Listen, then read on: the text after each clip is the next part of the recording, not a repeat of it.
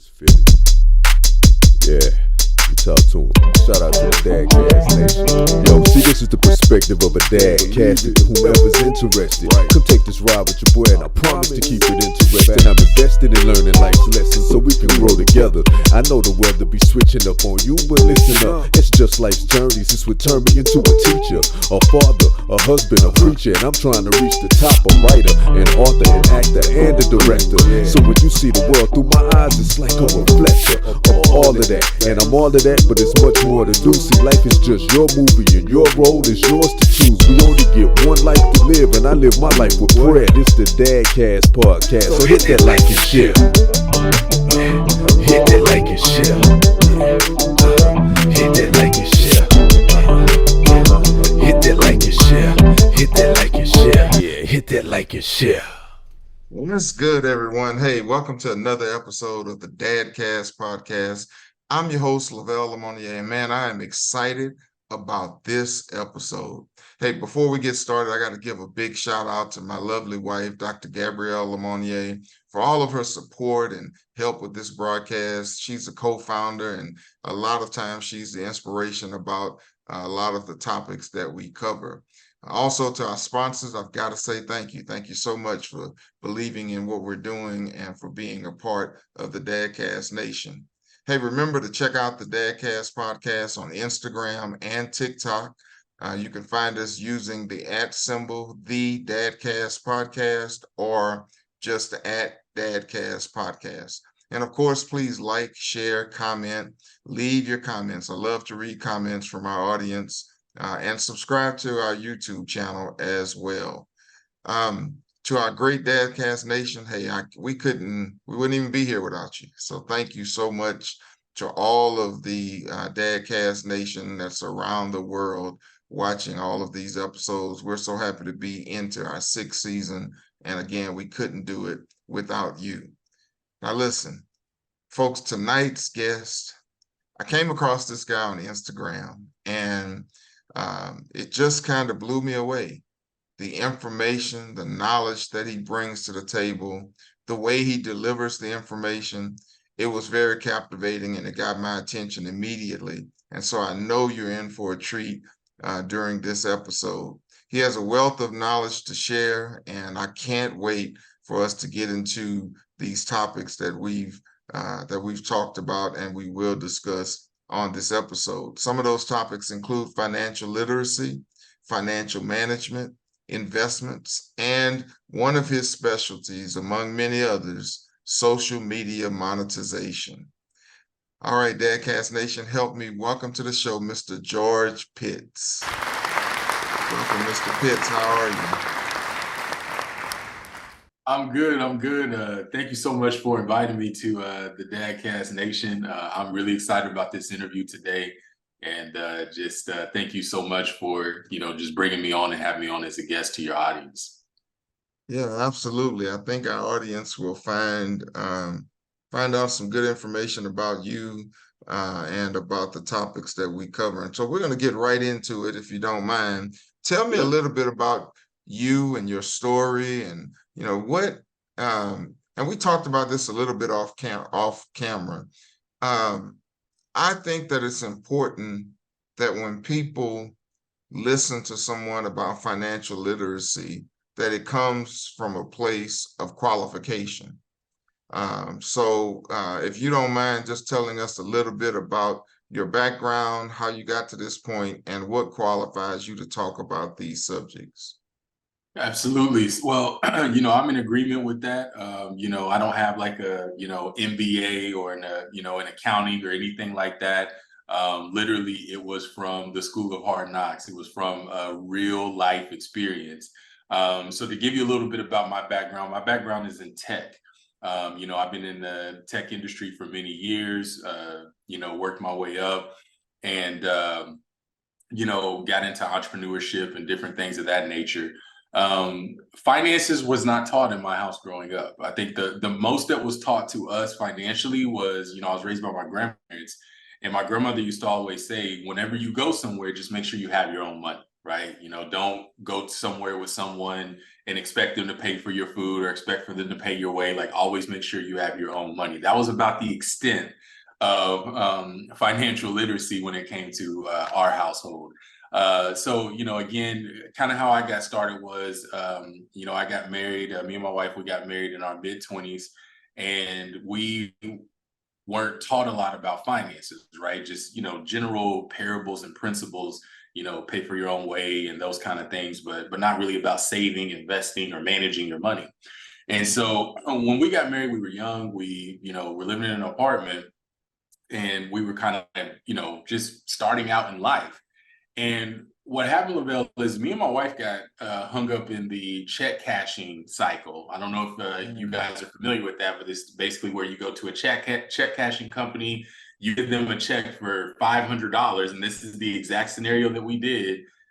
You give them a check for $575, and they give you a check for $500, or they give you cash of $500. You write the check for your next payday, and if you don't come back and pick it up, they go and they take it out of your account on your payday. And so when you come back, you give them $75, and then they say, would you like to renew? Well, if you're in that cycle, you are already not really good in finances. Of course, you need that $500 back. So you're like, yeah. So they keep the 75 and give you 500 back.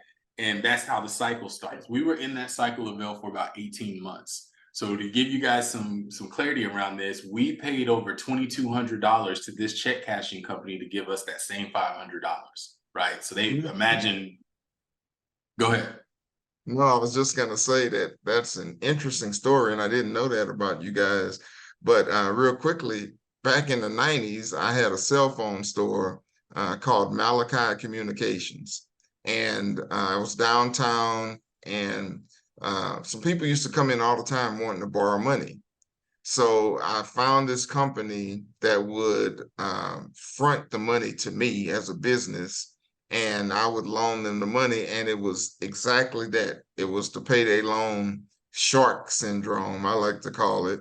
And I would lend somebody the money, and they'd come back. Of course, they didn't have the money to begin with, so they don't have the money to pay the principal, so they only paid the interest to extend it another 2 weeks, and then you get caught paying that $75, as you mentioned, over and over again, but you never really pay it all off. Unless you have a big lump sum of money, which people in that position usually don't have. And it wasn't until a little old grandmother came in, and she had gotten money to bail one of her grandkids out of jail. And I felt horrible about it. And I stopped cold turkey. I stopped issuing loans. I canceled the debt of anybody that had loans, and basically took a loss on it. But that payday cycle, which is now, it's a built multi-million dollar, probably billion-dollar industry these days because they're online now, is a vicious cycle. So I appreciate you sharing that with the audience. People can relate to that. So I appreciate that. Yeah. And I wanted to share that because I wanted to lay the foundation that, many people that are watching this, a lot of people like to make you feel like, oh, you should know this, or you should be here right now. And they're coming from a place, sometimes they're coming from a place of they've already been there and you're not. And so I just want to relate to the audience. I've been where you are.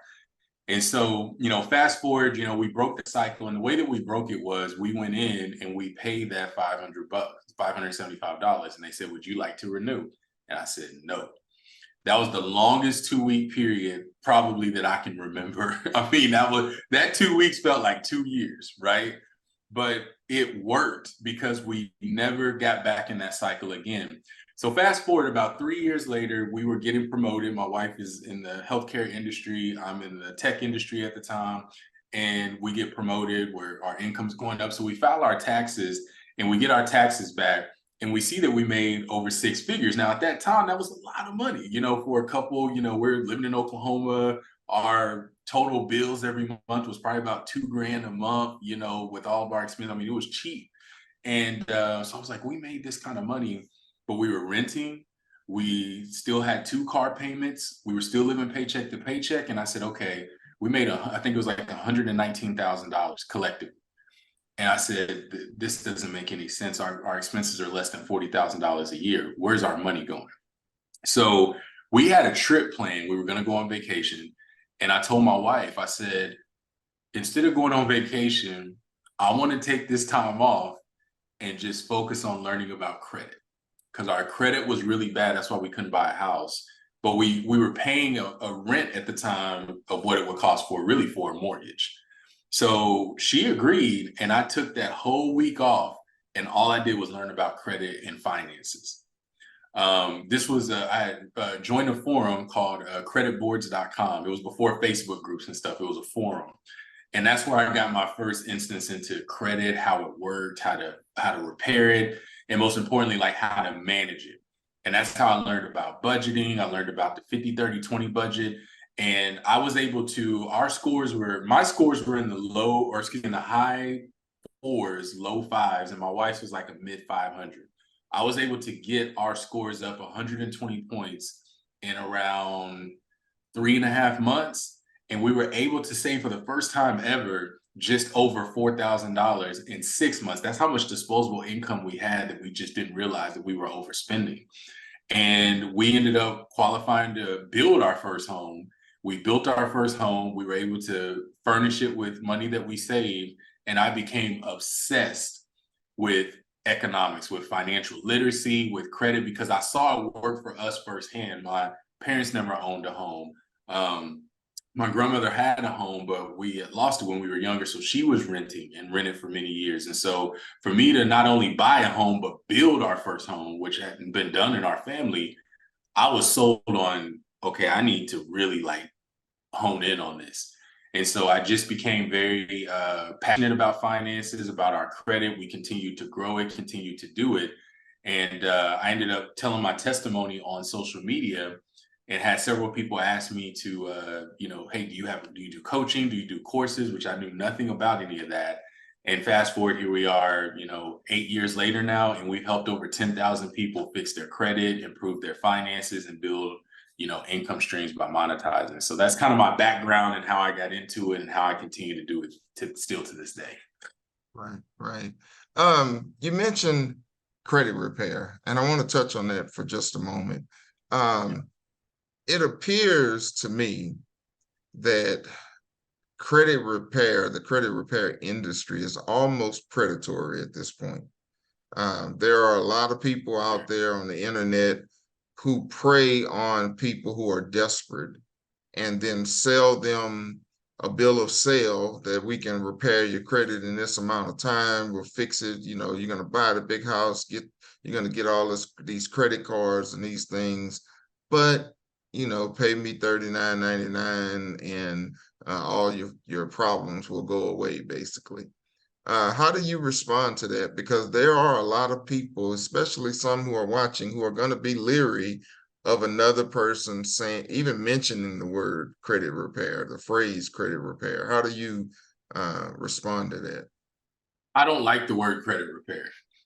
Because of that, just like I don't like the word guru, right? I just don't like those things. And so I like to look at it as credit management and, financial management. And what I say to that is that, first of all, let me just clear up a lot of misconceptions about credit repair. First of all, a company reporting something that you did not pay, that you agreed to pay to your credit as negative, is not illegal. I know a lot of people try to say, it's illegal for them to give you bad credit. Everybody should have good. No, it's not illegal. That's what the whole credit system is around.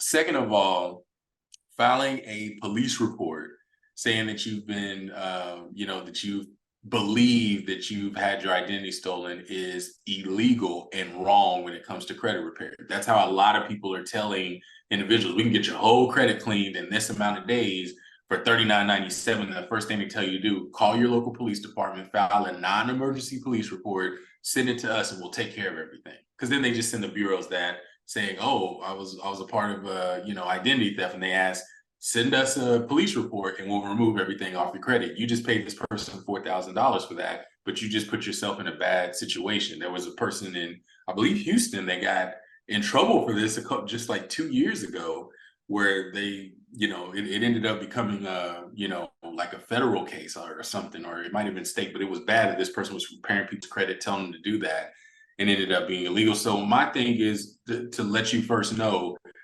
credit repair is something that is not what I believe people should be doing, and you don't know how to manage credit. It really is something that you should be going after to improve your credit once you understand how it works and different things of that nature. Don't look at credit as a way to just go out and get a whole bunch of credit cards and you're just putting yourself back in that situation. The problem I have with credit repair in the industry and how predatory it is, it's not that it doesn't work. The problem that we have is that it does work, but it's illegal how it's doing. So that's why it's so bad, because now you've got people that are seeing it work for them, and they're just going out, running up all these credit card bills, and then going back to the same person and saying, oh, I'm back in the same situation. And they pay that money back to them, and they start that cycle over. That's why it's a multi-billion-dollar industry. So I tell people all the time, first of all, understand what credit is, understand how to manage it, and most importantly, how to manage your money. Then work on fixing your credit and doing that. Because if you don't, you're just going to be in the same situation. It's going to be a vicious cycle. And believe it or not, no matter what comes off your credit report, you're still on the hook for owing that money. Not to mention, are you still on the hook, but it can come back to your credit report. A lot of people like to tell you they'll get your whole credit score wiped. And what I've seen happen with a lot of people is that months later, a lot of that stuff comes back. Because all a collection agency does, if it gets removed, they just sell it to another agency. That agency sends you a couple what they call DUNS letters. And if you don't respond to them and you don't respond to their calls, they put it right back under your credit report with their credit name, and you're back in the same situation you were 3 to 6 months ago. So that's kind of my take on that whole piece. And I think some interesting information. Let me share my screen with you and the audience. As soon as I can. Here we go, share the screen. And I found some interesting statistics today. This is from creditstrong.com. And there's a lot of information on here, but just a few pieces I'd like to cover. So this talks about the 20 most relevant credit score statistics in 2023. And when we scroll down, the average credit score by cohort is listed. So we show that the average FICO score for Americans as of 2021 was about 716. They talk about the different factors that contribute to that. Then we go down and we look at it by age. Here's the breakdown by age. The ages 18 to 23 have an average credit score of about 674. Everybody can see the different brackets. 680, between 40 and 55 goes up to 699. 75 plus, of course, is that the average is 758. We can look at it by generation. Gen Z has the lowest average, around 674. The silent generation, which is that 75 plus, is around 758. Income is a factor. If you make 30,000 or less, you're way down at an average of 590. So there's a direct correlation, it appears, to the amount of income you earn and your credit score. So there's a lot of other information about this. I thought it was interesting that only 22% of Americans have a score of 800 or greater, with 850 being perfect credit. Just as a gauge for our audience, the low end is 300, the high end is 850. But one other thing I'd like to show, if I can pull it up here, is this one from Investopedia, and then I'll let you chime in on your thoughts about this. But how about we look at the average credit score by race? Because obviously we have some socioeconomic issues that we deal with when it comes to credit management, financial literacy, so on and so forth. For Blacks or African Americans, in 2019, the average score was 677. As opposed to Hispanics, who were at 701. Whites were at 734, and Asians were at 745. Just gives you a snapshot here. And when we talk about predatory credit repair industry, they obviously target, if you look on social media, unfortunately, most of the credit repair representatives are minorities who are targeting minorities. So I thought this information was interesting to use as a backdrop for our study. And I'll let you give your thoughts on that. I know that's a little off of what we discussed off camera, but I think it's some good information to share. Your thoughts? Man, listen, this stuff. So when it comes to statistics, I am a nerd when it comes to that stuff. Like, because numbers don't lie, people do. And the data is always right in front of you. And I think what the biggest problem that we have is that we will find a reason to justify doing something that's not necessarily on the up and up or 100%. And we like to say, oh, well, our counterparts do it. They do it all the time. It's our turn, right? And we should be doing it.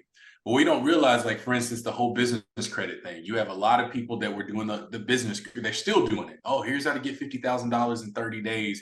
Go start an LLC and then, put down your personal income as your business income. And this is how you're going to get $50,000 in credit.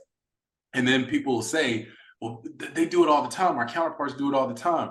But what they don't understand is that they have businesses that generate revenue. And yes, they do it, but they do it to generate even more revenue. We're going out here and we're starting LLCs and getting EINs and Dun & Bradstreet numbers, and we're putting our income, like, we're telling people, like, I saw one the other day that just really just blew my mind. And people were just going crazy. Oh, this person said, go and start an LLC, go and get a QuickBooks account. And every time you get paid, send yourself an invoice for your net payment. So if you get paid $2,500 every 2 weeks, send yourself an invoice for $2,000 to $2,500, pay it. So it looks like your business is generating that much. And now after 3 months, it shows that your business is generating $5,000 a month. It'll be rounded up to whatever your annual salary is. And now it looks like your business is getting that salary and you can go and get the money. But what they didn't tell these people on their Lavelle was that now you just created income that wasn't there, and you're double taxing yourself. Because you just got taxed on your income. This is your net take-home income. And now you're creating falsified revenue in a business that isn't generating revenue by selling your self-consulting services.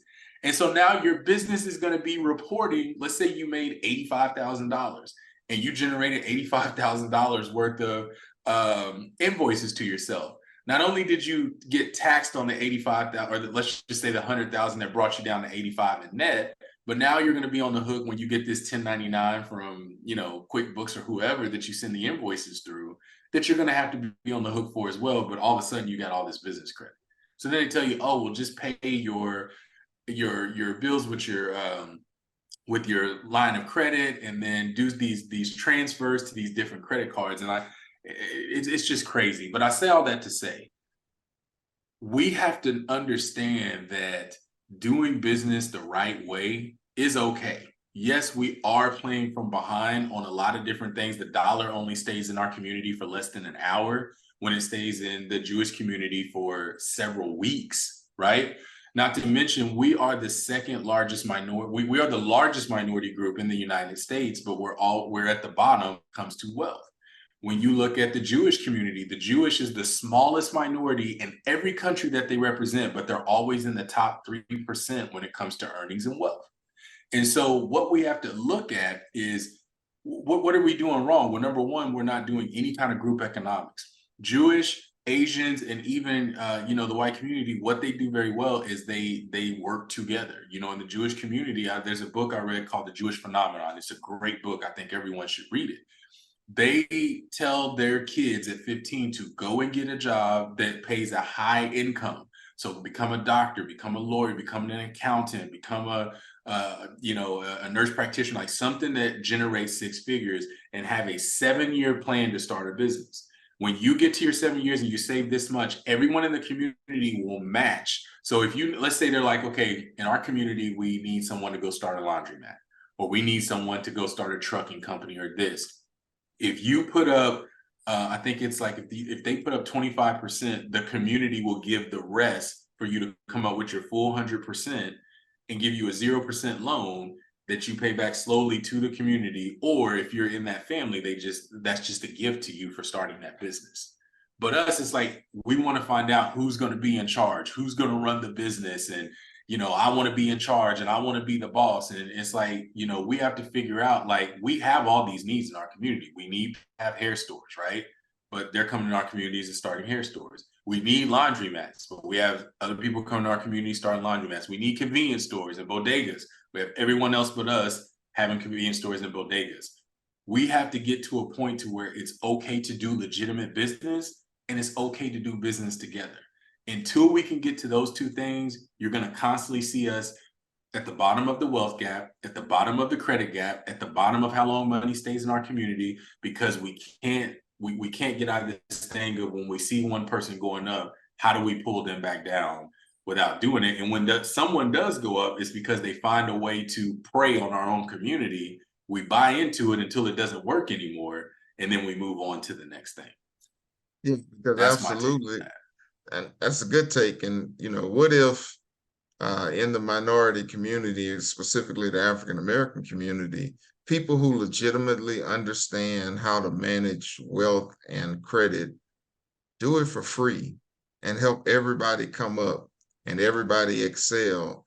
And then you have that entire community or that entire circle that you influence is now at a position to walk into a bank with legitimate credit scores, with a legitimate business, and to access capital. Because what I've seen, and I don't want to get on my little soapbox, but I've been a business owner for many years, and what I've seen is that we start a business, number one, because we have an idea, but we don't always understand the business principles that drive the business. So we can provide a service or we have a good product, but we don't understand how to scale the business. We don't understand that we need access to large amounts of capital so that we can buy things at discount prices so that our prices aren't higher than the competitors' prices. And what happens is you go into a restaurant that's minority owned, it costs more to eat there. And the reason it costs more is because they can't buy steaks and they can't buy shrimp and they can't buy fish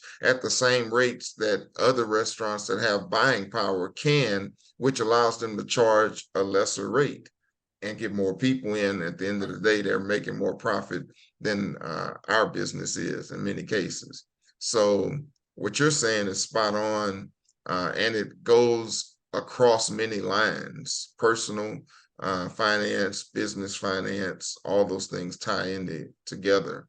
And we kind of talked on, a couple of the things that I wanted to bring. So I'm going to move into another topic just briefly,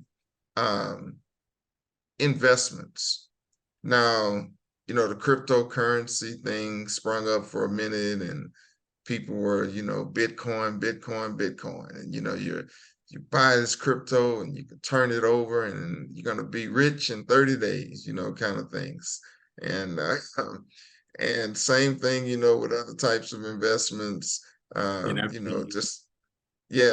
NFTs, same thing. I mean, there's a way to profit from those things, and they are legitimate sources, but they're not. Generally, nothing is an overnight success. You have to massage that process. So what do you say to people who are watching and they want to invest, they don't know where to get started, and they don't have much in form of resources to get started? So what I would tell a person first is to get to a point where you understand where your money is going. That's the number that's going to be the key to this whole thing, whether it's saving, investing. The key to it is you got to understand where your money is currently going. Most people can't invest or not in a position to save because everyone else knows where their money is going but them. Well, who's everybody else? Well, it's the landlord, it's Georgia Power, CoServe, Nike, all these other places but us. So I tell people first, if you want to get to a place to invest, understand where your money's going first. And I like to implement to all my clients what I call a cash flow budget system.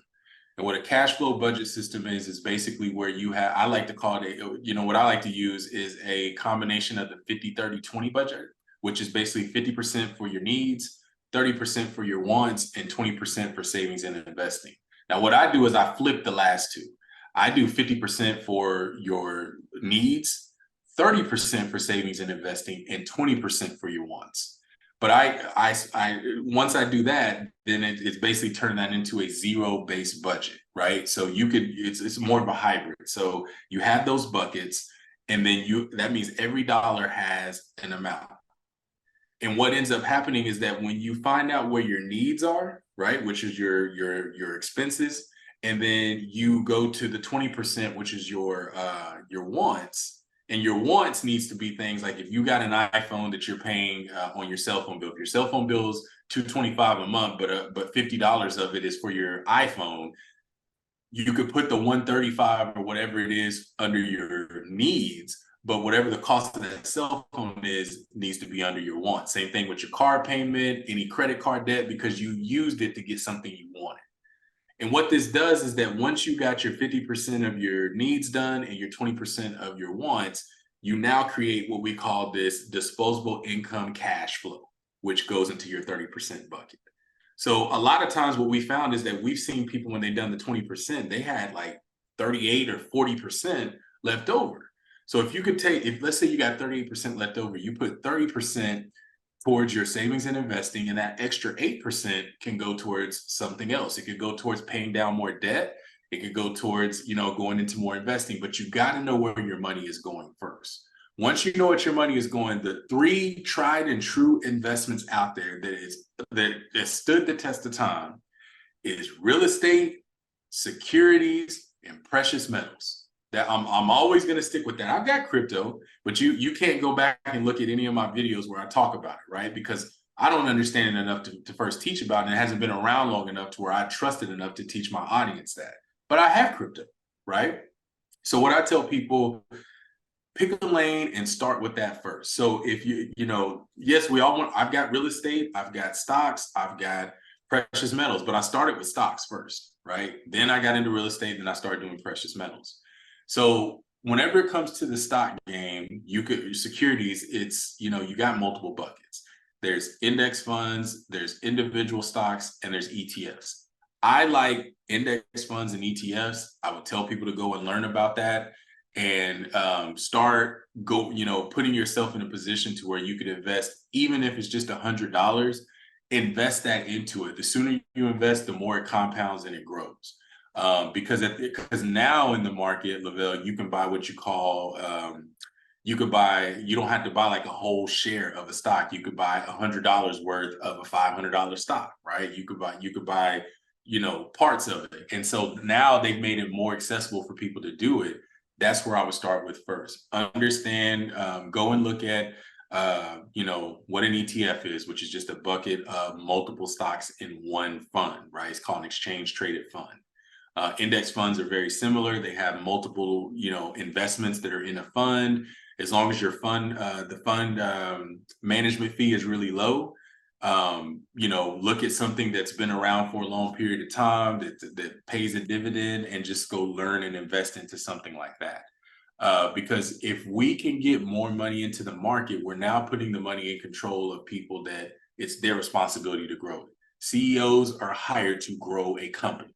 If they don't perform well, they're fired and they bring someone else in to take the company to the next level. So when you're investing, you're now giving someone else the job to grow your money. It's not under your thing anymore. It's their job to do it.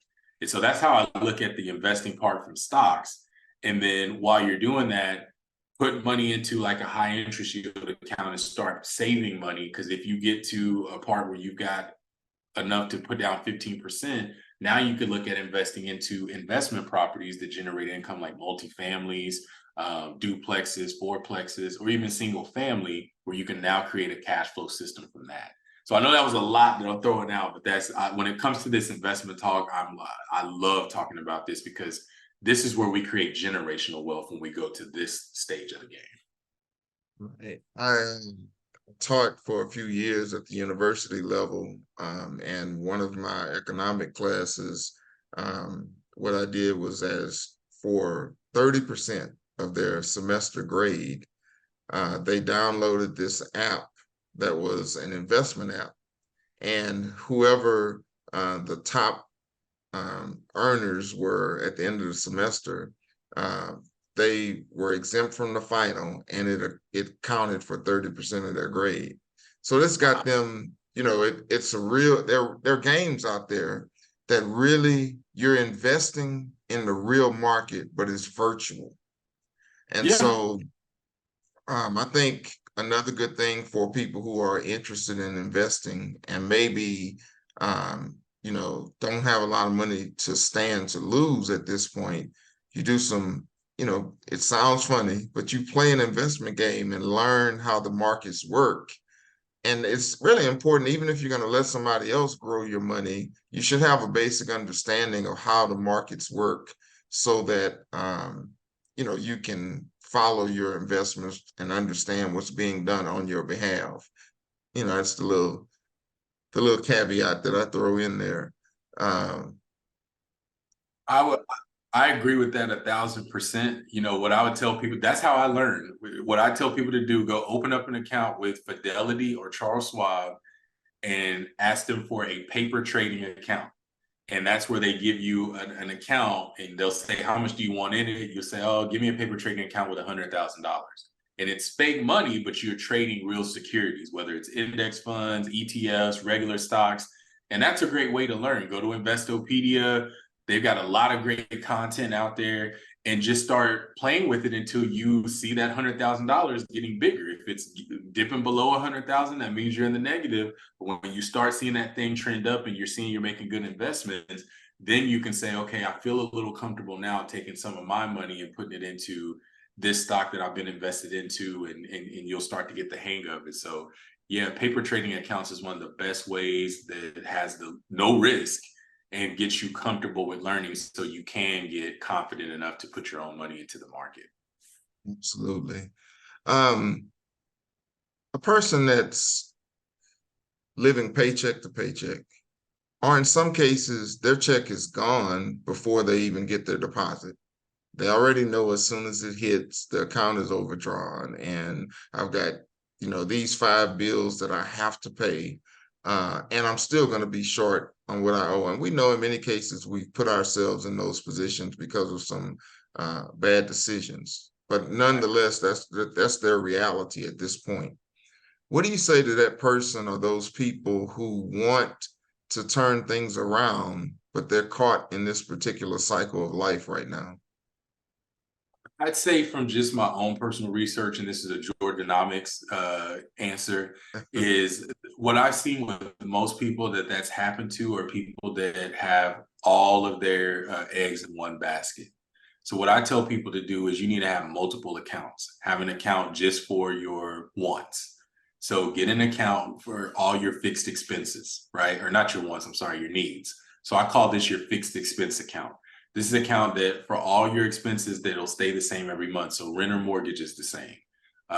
Your auto insurance is usually the same. Internet, cell phone bill, those things that are the same, that you have to pay, their necessities and they stay the same. Get an account for that. Set up your direct deposit to have that money plus like an extra $100 go there. So if that account is, let's just say those bills equate to $2,000 a month, have $2,100 go there a month, which means that would be $1,050 every 2 weeks. That's what needs to go there. And then you have a second account for like your varied expenses. So this could be for something like groceries, something like your credit card payments, like different debt, stuff like that. Have so much money go to that. Figure out how much that is and have that plus $50 go there. And then have an account for what I like to call your spending account. This is where the money that you pay yourself first, because I believe that you should pay yourself first. Like for us, we pay our tithes, we pay our 10%, and then we have an amount that comes to us first, and then everything else gets just dispersed out. And what happens is you're putting yourself in a position now to where you're taking care of home first. Because the way direct deposits work, the amount that has the biggest amount, they're going to send your money there first, and then they'll disperse the next one, then the next one's whatever is left. So the good thing is if you're working full-time or part-time, whatever it is, and you've got income coming in and you know these expenses are what you need, everything's going to take care of home first. So if you don't have enough to cover the other ones, at least I know my shelter's good, my light's good, my water's good, and I can live. And I just have to figure out what the next step is. And the next step, of course, is you got to create more income. What I did for 18 months, Lavelle, was I worked a second work at home job. It was before work at home was even a thing. And so the way it worked was I worked full time at my job. And a lot of people didn't even know this. Some people that might watch this would be like, that's why he was always leaving it right at 4 o'clock. Mm-hmm. Because I would leave at 4 and get home to work a shift from 5 to 10 for QVC. And my other job was for AT&T Uverse. So I worked at a work at home company where they contracted out with DirecTV, AT&T, QVC. And so when you call that QVC number, you're getting someone that works from home. This was before COVID. I did that for 18 months. I'd work from 5 in the evening to about 9 or 10 at night. And then again on the weekends. And that's how we paid off my wife's car. We paid off these subprime credit cards that we had. And I didn't like, having to come home every day after work and get on the phone, getting yelled at people, getting yelled at for rules I didn't create and all this other stuff. But that time allowed us to be in the position we're in now, right? Because it got us out of the paycheck to paycheck, it got us out of the debt cycle, and it helped us get to a place to where I didn't need that second job anymore. And then of course we got into entrepreneurship and different things, and that took off. But the good thing is I eliminated the second job by having one, because I eliminated the debt that was causing my first income not to be enough. That's what I would tell people. And it sounds like you're also saying that it requires some personal discipline. Yes. And some sacrifice. Yep. To say that, I'm not going to go and hang out with my boys, or I'm not going to, go to the mall and splurge. I'm going to buckle down and focus on a particular goal that I have and reach that goal, and then free myself up to some other things, which really leads me into something else. So social media is the big thing. Everybody's there. You have great grandmothers there. You have, you see 80 and 90-year-old people on TikTok, and they have, 100,000 people that like their videos, and it's fun, it's engaging, it's something to do. But you also hear people talk about monetizing social media. Sometimes it seems far-fetched. Is that a reality? And can the average person monetize their social media accounts? 1000%. As you can see on my shirt, it says monetize everything. I got that moniker from it. But we are living in the information age. We're in the age now where you can get information in a matter of minutes. What used to take people years to get into. I mean, there's people getting college level education on economics or accounting or different things of that nature in a matter of months, versus before it took years to get. And so I believe that everyone has an opportunity to monetize. The thing that I tell people, I was just actually interviewed by Thinkific, one of the largest, if not the largest course hosting platforms in the world. And I'm one of their, I was sponsored by them, interviewed by them, and taught classes, have all kind of stuff with them. And what I always tell people is find something that when it comes to monetize something that you've gone through, that that if someone followed it, they could replicate it, right? That's the biggest thing that people are looking for. There are 5 billion people that use social media every day, right? Which is just crazy to me to think about that use social media. at some part of the day. And they're constantly looking for something. Now they tell you, if you want to learn something, YouTube or Google it, right? Now they're telling you to go on social media, go on TikTok. TikTok's got great recipes, go on here. And you got people now that are coming out with their own seasonings, their own recipe books, and people are buying them, right? And so my thing is, when it comes to monetizing, sit down and figure out, what is it that you can teach people? What is some knowledge or skill sets that you can transfer, right? Even if you're in a job, like I'm in tech, I can transfer my tech skills and teach other people those skills and help them get into tech if they want to change careers. This podcast, there's people that want to do that. That's something that can be taught. Here's how to come up with your topics. Here's how to find your guests. Here's how to structure your videos. Here's where to put them. Here's where to do it, right? People are always looking for something, and they want the information fast. And that's where courses come into. They don't want to go to a vocational school and sit through a 6-month training to learn how to podcast when they can learn it probably in a 4 to 6 week boot camp with someone like yourself or anyone else. Someone doesn't want to go through a whole year of financial literacy when they can come through a challenge or something that I do, we do every quarter, that teaches them in 4 to 6 weeks how to get their finances and their credit in order. So the biggest thing about monetizing is just going through, teaching something that you've gone through, that you can make that connection with people. Like, hey, I started with zero when I started my podcast. I was living paycheck to paycheck, had overdraft fees and all kind of stuff before I got my finances right. My credit was terrible before I fixed it up. I was living paycheck to paycheck before I started my eBay store, and that helped me grow enough to where it made the same amount of money as I made in my full-time job, and I was able to eliminate $50,000 in debt. Everyone has something that they need to relate to that allows them to say, okay, this person is someone that's in a position I'm in now that I want to learn from, and you can monetize it on so many levels. So that's all I would say about that. And we can go as deep as you want into that. This is my thing. So I light up like a Christmas tree on this topic. I think that's some important information. I also think that it probably warrants a separate episode where we just talk about social media monetization, because there are a lot of questions that people are going to have. A lot of people don't know where to get started. They have no idea. They might have a good topic or a good skill set or some information that people could, steps that people could follow, but they don't know. They may not even know that there's a business social media account that you can have. They may not know how to promote that social media account. The one thing a lot of people that I run into want to know is how do you get people to click on your video? Or how do you get people to watch the podcast? Where do you advertise? How do you get subscribers? All these kinds of things. And there has to be a method, that you follow.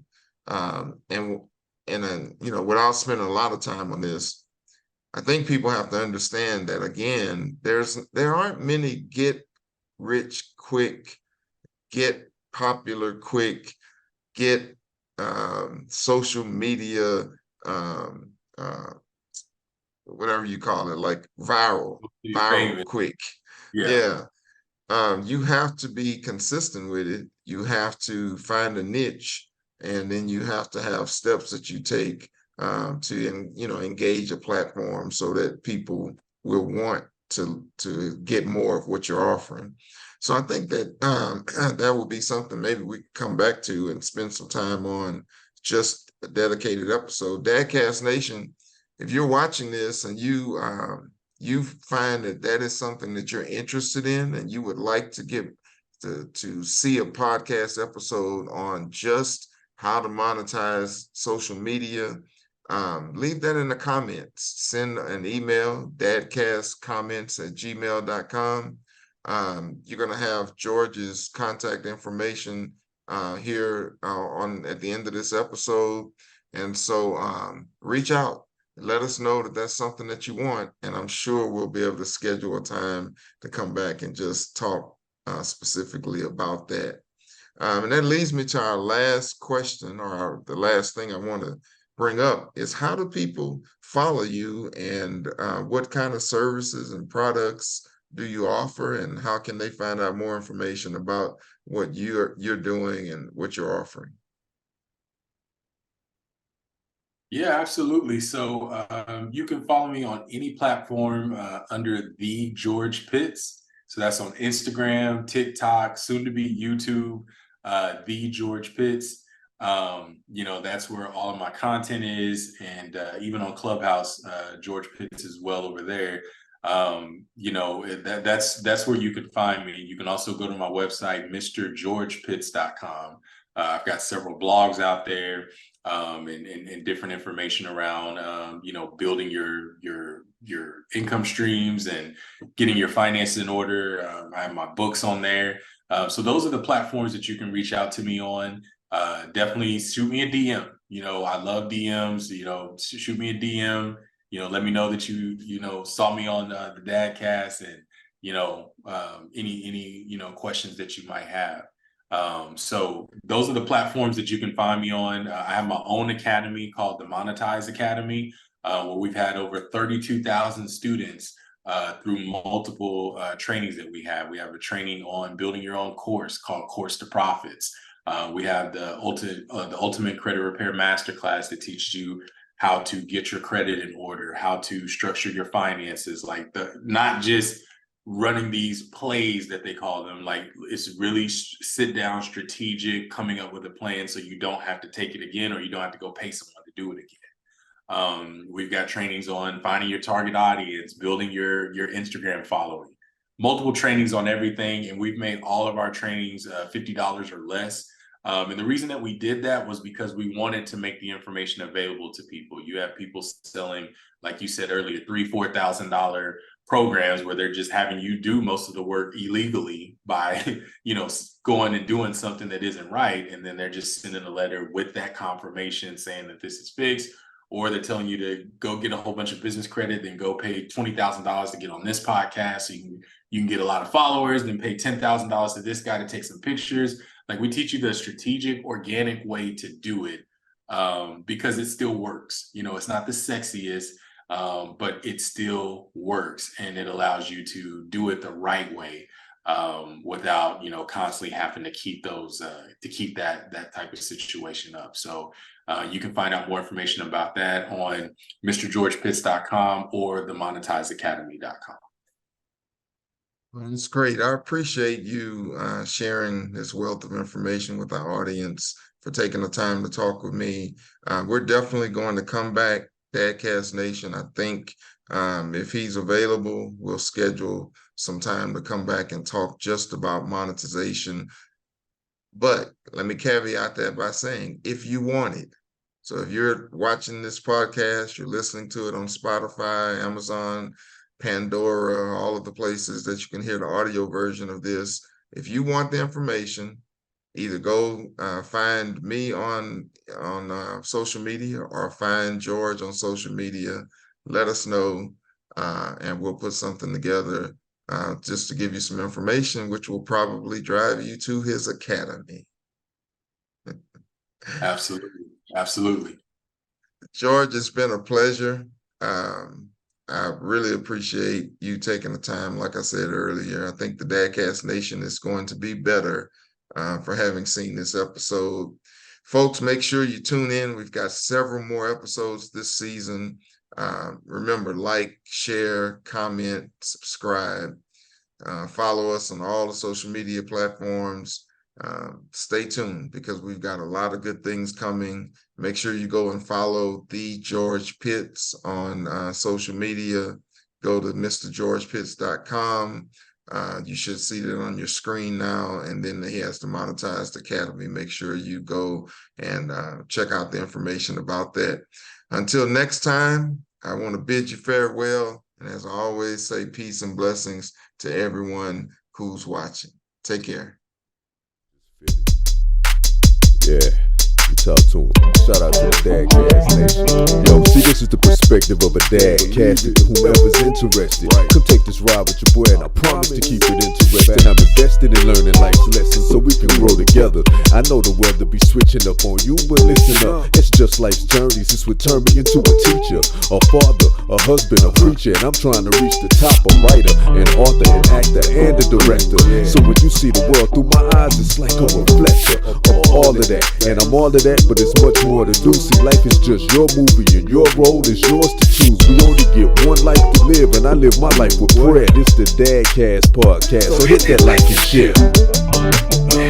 Hit that like and share. Hit that like and share. Hit that like and share. Hit that like and share. Yeah, hit that like and share.